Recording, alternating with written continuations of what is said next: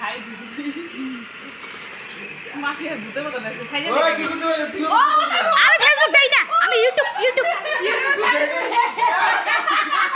ভাই আমরা ব্লগার যে আমার সাথে মোবাইল দিয়ে বানাই থাকি রাতের পরে আসিস কিন্তু ভালো হ্যাঁ খালি গায়ে আছে মুখে ভিডিও করবি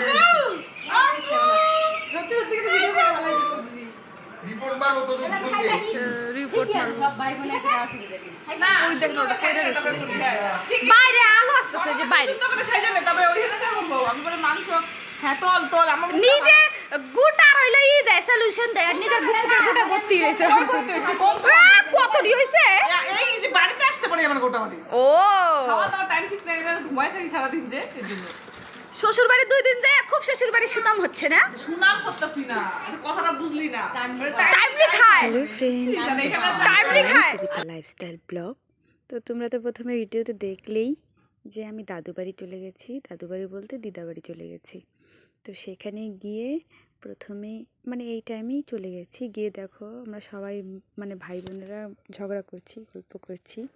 তা আমি আর আমার মাসিতো বোন বৃন্দে, শ্রীদেবী মণ্ডল, শিলিগুড়িতে বিয়ে হয়েছে, আমার মেজো মাসির মেয়ে, ও ভিডিও করে ফেসবুকে। তো আমাদের এই ভিডিও করাগুলো দেখে আমার ভাই আর বোনগুলো কেমন করছে তোমরা তো প্রথমে শুনলেই, ঝগড়া লেগে যাচ্ছে যে আমাদের ভিডিও করবি না, তোদের মোবাইল আবার ভিডিও ভালো লাগবে না, মানে এইসব অনেক রকম হাবিজাবি কথা।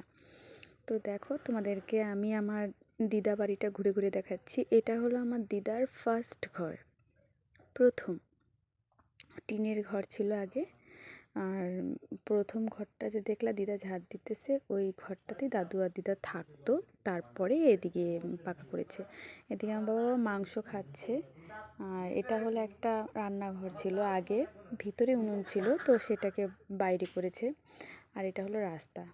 আর এই যে ঘরের ভিতরে নারায়ণ পূজা করেছিল সেটাই তোমাদেরকে দেখাচ্ছি। আগের দিন গিয়েছিলাম কিন্তু ভিডিও করা হয়নি।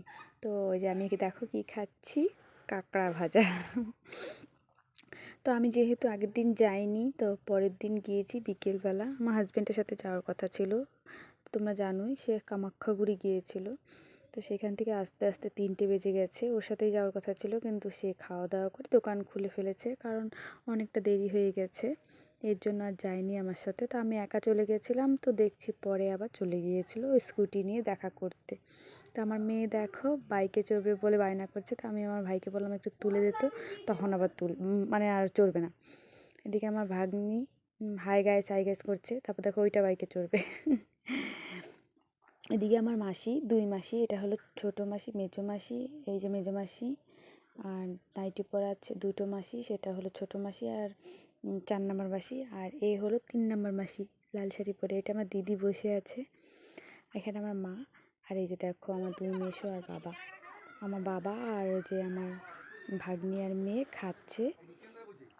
মানে ওখানে গেলে পরে খুব হই হল্লা হয়, মজা লাগে, সবাই মিলে একসাথে হই একটা অনুষ্ঠানে, খুবই ভালো লাগে। তো আমি তো এখন যতই হোক, আগে তো মেয়ে ছিলাম, সকালে উঠে গিয়েছি, রাত্রেবেলা এসেছি, এখন বিয়ে হয়ে গেছে, সংসারে সব কাজ সেরে তারপরে যেতে হয়, তবুও সময় দিতে পারি না। 1 ঘন্টা কি 2 ঘন্টার জন্য যাই আর দৌড়ে চলে আসি, মনটাও মানে না ওইভাবে।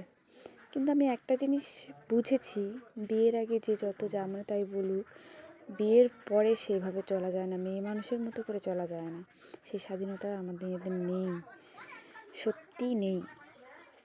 খুব খারাপ লাগে ভাবলে পরে এখন, যে বিয়ের আগে কতটা স্বাধীন ছিল জীবনটা, কিন্তু বিয়ের পরে সেই স্বাধীনতাটা আর পাওয়া যায় না। একটু দেরি করে আসলে পরেই মুখ কালো দেখতে হবে, কত রকম ঠেস মেরে কথা শুনতে হবে, এইসবই হয় আর কি।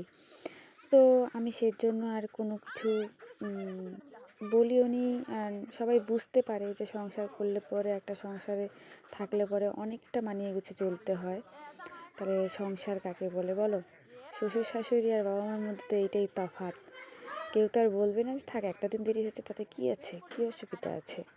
ও তো আর প্রত্যেক দিন যাচ্ছে না দাদু বাড়ি, আজকে এই 2 দিন ধরে যাচ্ছি, 2 দিন ধরে যাচ্ছি ঠিকই, কিন্তু মুখ দিয়ে একবারও কেউ বলে না যে যাও বা কিছু। যাই হোক, নিজের মান সম্মান নিজে রেখেই, সবার মান সম্মান রেখেই এই কাজগুলো করতে হয়, সেটা সবার ক্ষেত্রেই হয়, আমার না, তোমার আমার সবার ক্ষেত্রেই। তো তো সবার সাথে হাসি খেলে কথা বলতে বলতে দেখো সময় হয়ে গেছে বাড়ি যাওয়ার জন্য, সন্ধে হয়েই এসেছে। আমার মা বলছে আমার ভাইকে একটু খেতে দিতে, আমার ভাই 4 দিন পরে ভুটান থেকে এসেছে। তো বাইরে অন্ধকার হয়েই গেছে, তাই দেরি না করে আমরা এখন রওনা দেবো বাড়ির জন্য। তো আমি অঙ্কিত অবশ্যই ভিডিওগুলো দেখো, লাইক কমেন্ট শেয়ার করো। টাটা।